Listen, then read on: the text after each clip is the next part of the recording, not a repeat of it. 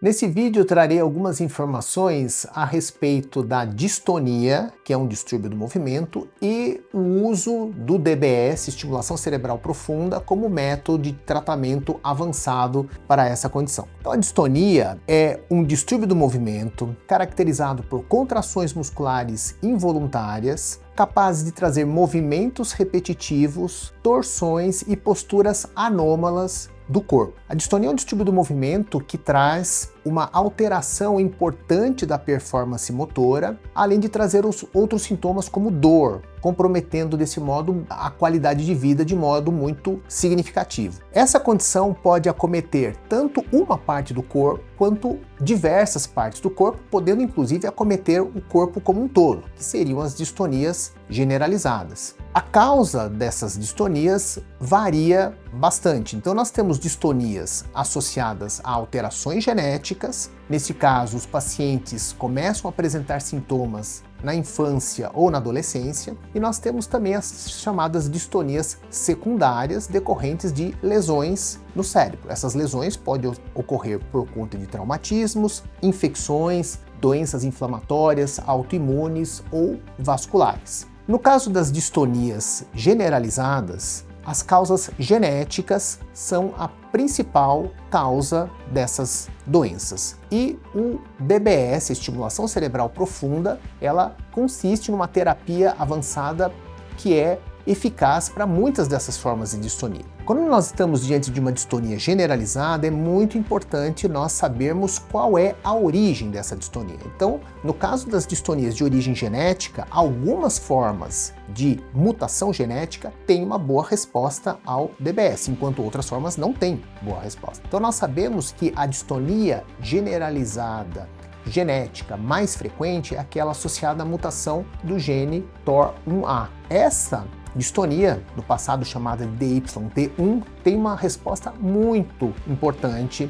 ao DBS. Nós sabemos dos estudos que o DBS melhora em torno de 60 a 90% dos sintomas nesses pacientes. E é muito importante considerar que essa distonia é muito refratária ao tratamento clínico e que quanto mais tempo nós levamos para indicar a cirurgia, pior é o resultado cirúrgico. Então, diante de uma distonia generalizada associada à mutação do mTOR1A, nós devemos indicar o DBS o mais precoce possível para que o resultado seja o melhor, uma vez que se demorarmos muito a indicação, o resultado não vai ser bom. Outras formas de distonia generalizada que respondem bem ao DBS são aquelas associadas à mutação do gene GNAL, as mutações relacionadas ao THAP1 e a distonia associada à mutação do KMT2B. Trata-se de distonias que ocorrem na infância ou na adolescência e que respondem bem ao DBS. Algumas formas de distonia, como eu comentei, que são causadas por outras mutações, não respondem bem ao DBS. Portanto, a mensagem que eu quero passar é: se estamos diante de uma distonia generalizada, é muito importante dar nome e sobrenome a essa distonia. Nós precisamos de uma investigação genética para sabermos se esse paciente apresenta ou não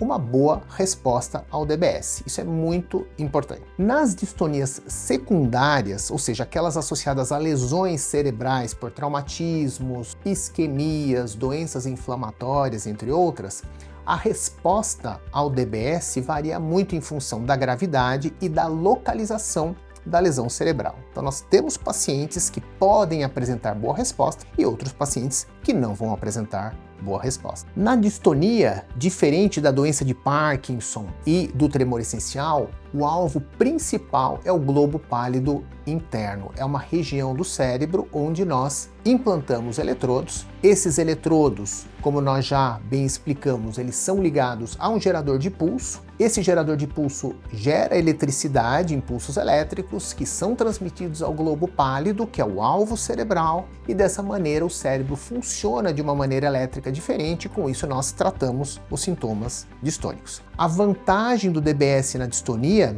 é de que o DBS é uma terapia reversível. Ou seja, se nós estivermos diante de um quadro onde a resposta à terapia ela é incerta, nós podemos propor o DBS como uma alternativa terapêutica, uma vez que foram esgotados todas as possibilidades de tratamento clínico, farmacológico, inclusive toxina botulínica, e se eventualmente o DBS não funcionar, nós podemos desligar ou mesmo suspender a terapia, visto ser uma terapia reversível. Outro fator muito importante a ser considerado é que a melhora dos sintomas após a cirurgia, ela pode ocorrer ao longo de semanas ou meses. Então, se o paciente foi operado e após alguns meses não tiver uma boa resposta, nós ainda não devemos desanimar. Nós devemos aguardar um período de pelo menos 6 meses a 1 ano para saber se o resultado foi ou não eficaz. Então, uma mensagem muito importante é saber que diante de uma distonia é fundamental uma avaliação pré-operatória detalhada, incluindo avaliação genética,